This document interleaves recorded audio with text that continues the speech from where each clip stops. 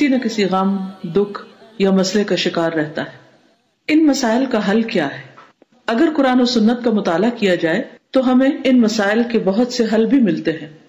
مثال کے طور پر نبی صلی اللہ علیہ وسلم نے رات کے وقت آنکھ کھلنے پر ایک دعا سکھائی اور ساتھ ہی یہ فرمایا کہ جو شخص اس دعا کو پڑھے اور اس کے بعد دعا کرے یا اپنے لیے بخشش مانگے تو اس کی دعا قبول ہوگی۔ رات کے وقت ہم کیوں اٹھتے ہیں؟ کسی نہ کسی فکر یا پریشانی کی وجہ سے۔ رات کو انسان جب سائڈ بدلتا ہے تو بعض اوقات آنکھ کھل جاتی ہے یا کبھی برا خواب دیکھنے پر آنکھ کھل جاتی ہے۔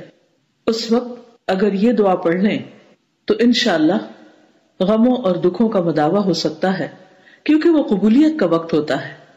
یہ دعا آپ میں سے بہت سے لوگوں کو آتی بھی ہوگی، صرف ضرورت اس بات کی ہے کہ اس کو پڑھنے کی عادت ڈال لی جائے۔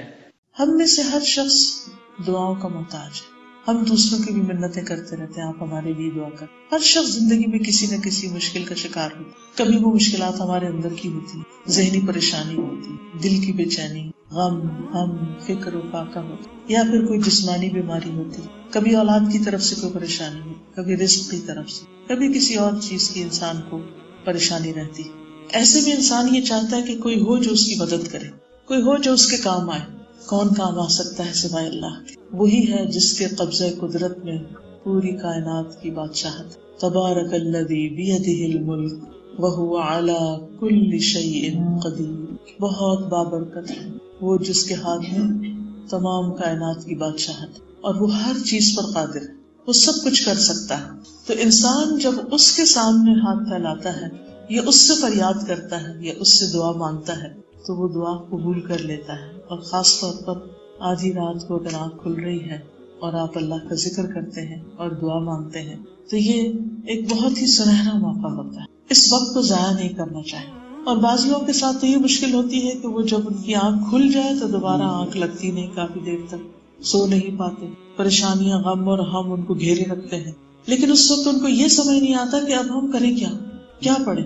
نبی صلی اللہ علیہ وسلم نے ہمیں زندگی کے ہر موقع کے بارے میں بہترین رہنمائی دی۔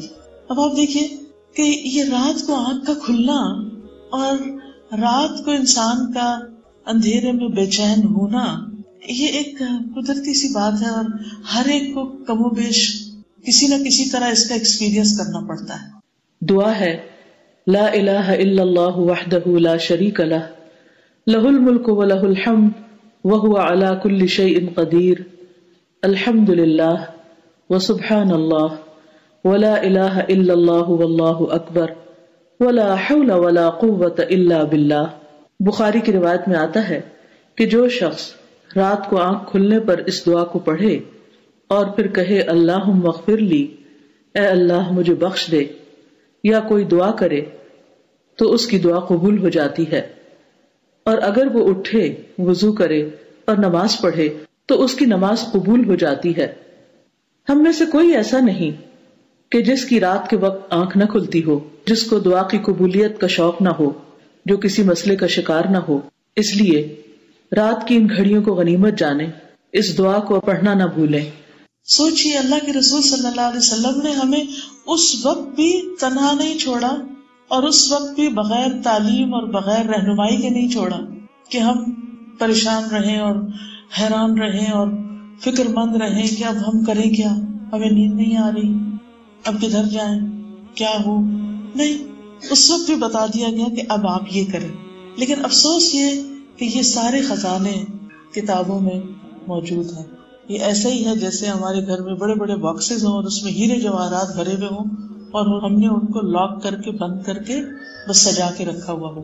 آج ہمارا حال یہی ہے کہ ہمارے گھروں میں یہ ساری کتابیں ہوتی ہیں، اکثر گھروں میں بخاری ہوتی ہے اور بڑی خوبصورت چھپی ہوئی، اور پھر ہم اس کے ساتھ کیا کرتے ہیں کہ ڈرائنگ روم میں یا کہیں بھی اس کی ساری جلدوں کو خوبصورت طریقے سے سجا کے لگا دیتے ہیں اور اس کو پڑھتے نہیں۔ حل موجود ہے، رہنمائی موجود ہے، لیکن ہمیں علم نہ ہونے کی بنا پر ہم اس سے صحیح طور پر استفادہ نہیں کر سکتے، ہم الگ پریشان ہیں۔ یہ ایسے ہی ہے کہ جیسے کوئی بیمار ہو اور اس کے گھر میں دوا رکھی ہوئی ہو، لیکن لا علمی کی وجہ سے وہ اس دوا کو کھا نہ سکے اور تکلیف میں تڑپتا رہے، پریشان رہے، بے چین رہے۔ تو ہمیں اس پر اللہ سبحانہ تعالیٰ کا شکر گزار ہونا چاہیے۔ ہمیں اس پر رسول اللہ صلی اللہ علیہ وسلم کا شکر گزار ہونا چاہیے، ہمیں اس پر امام بخاری کا شکر گزار ہونا چاہیے، ہمیں اس پر امام بخاری کے سارے استادوں کا شکر گزار ہونا چاہیے، اور اس کے اوپر کے جتنے بھی لوگ ہیں ان ساری چینج میں کہ جنہوں نے ہم تک یہ علم پہنچایا. ہم میں سے ہر شخص کی یہ خواہش ہوتی ہے کہ اس کی دعا قبول ہو. ہر شخص یہ چاہتا ہے، ہر شخص یہ چاہتا ہے اس کی پریشانیاں دور ہوں، اس کے غم دور ہوں، ہر شخص یہ چاہتا ہے اس کی نمازیں قبول ہوں. لیکن ایک چھوٹا سا نسخہ، ایک چھوٹی سی چیز جو اتنے بڑے ثواب، اتنے بڑے اجر اور اتنی بڑی مشکلات اور بے شمار مشکلات کا حل ہے، اس سے ہم محروم ہیں. تو بہرحال حدیث ہے عن النبی صلی اللہ علیہ وسلم قال، نبی صلی اللہ علیہ وسلم نے فرمایا من تعار من اللیل، جس شخص کی رات کو آنکھ کھل گئی.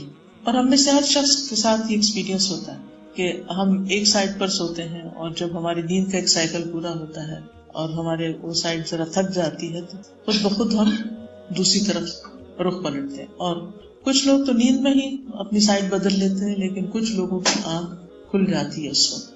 اور خاص طور پر اگر عمر زیادہ ہو تو پھر تو رات کو ایک بار نہیں کئی بار آنکھ کھلتی ہے. تو جہاں اس میں تکلیف ہے، مشقت ہے، وہاں اس میں فائدے بھی بہت ہیں.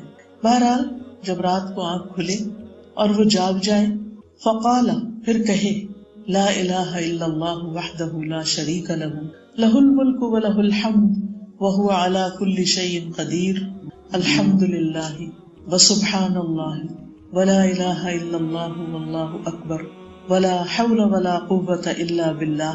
یعنی یہ دعا پڑھ لے. ثم قال، اس دعا کے پڑھنے کے بعد کہے اللہم اغفر لی، او دعا، یا کوئی اور دعا مانگے جو اس کے دل میں ہے. استجیب لہ، تو دعا قبول کر لی جاتی ہے اس کی.